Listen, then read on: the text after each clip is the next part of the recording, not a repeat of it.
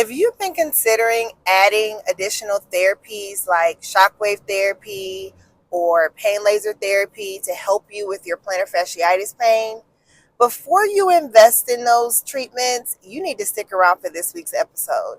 Hi, I'm Dr. Varner, and this is Right Along with Dr. V, and we are on episode 13. And what we're going to talk about today is whether or not you should add therapies like shockwave therapy and pain laser therapy to your treatment protocol. So, what we're going to go over today is a new study that came out earlier this year that compared those therapies to traditional foundational therapies. What do you mean by that? So, traditional foundational therapies are those therapies that address the most common causes for plantar fasciitis, whether that is a biomechanical problem, and we address that with shoes and inserts, whether that's inflammation, we can address that with corticosteroid injection or oral anti-inflammatory. But regardless of whatever it is, we are addressing some of the root causes that we find with plantar fasciitis.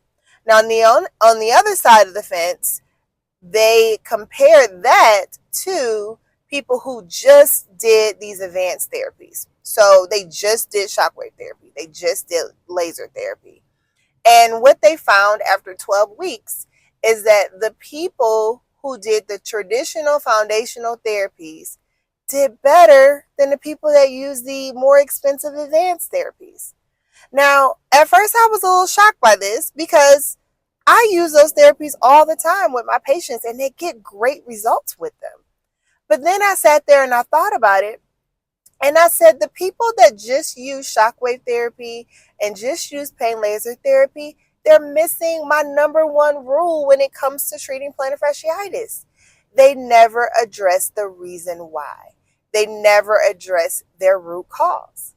Now, whenever I'm treating patients in my clinic or clients at Truestep, there are two things that I tell them that we must do to get them better. Number one, we must identify what's actually causing their pain and we must address it. And the second thing that we need to do is that we need to either reduce inflammation or help the body regenerate the soft tissue that's around the plantar fascia. And some people need to do both. And so what is happening in this study is that the people who just did shockwave therapy and pain laser therapy, they skipped step one. And so what was happening is the reason why they had foot pain in the first place was never addressed. So it was still running in the background.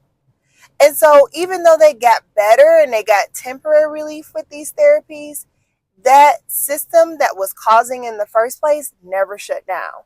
So, of course, after some time, the pain came back. So, if you don't know the root cause of your heel pain and if you're not addressing it, that's step one. And if you need help with that, I'm actually hosting a free workshop tomorrow. If you want to join, go ahead and click the link in my bio. During this workshop, what we're going to do, and we're doing this live, by the way, is we're actually going to identify your root cause, your reason why. That's step one. And once you have that information, it is so powerful because it dictates everything that you do after that.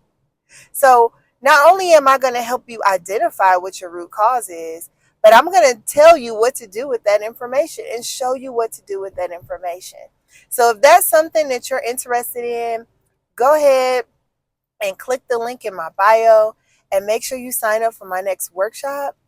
And for those who know their root cause and they're addressing it and they're considering adding these therapies, I think it's a great addition, right? But you want to make sure that you are first working towards identifying that root cause and addressing it before you add them.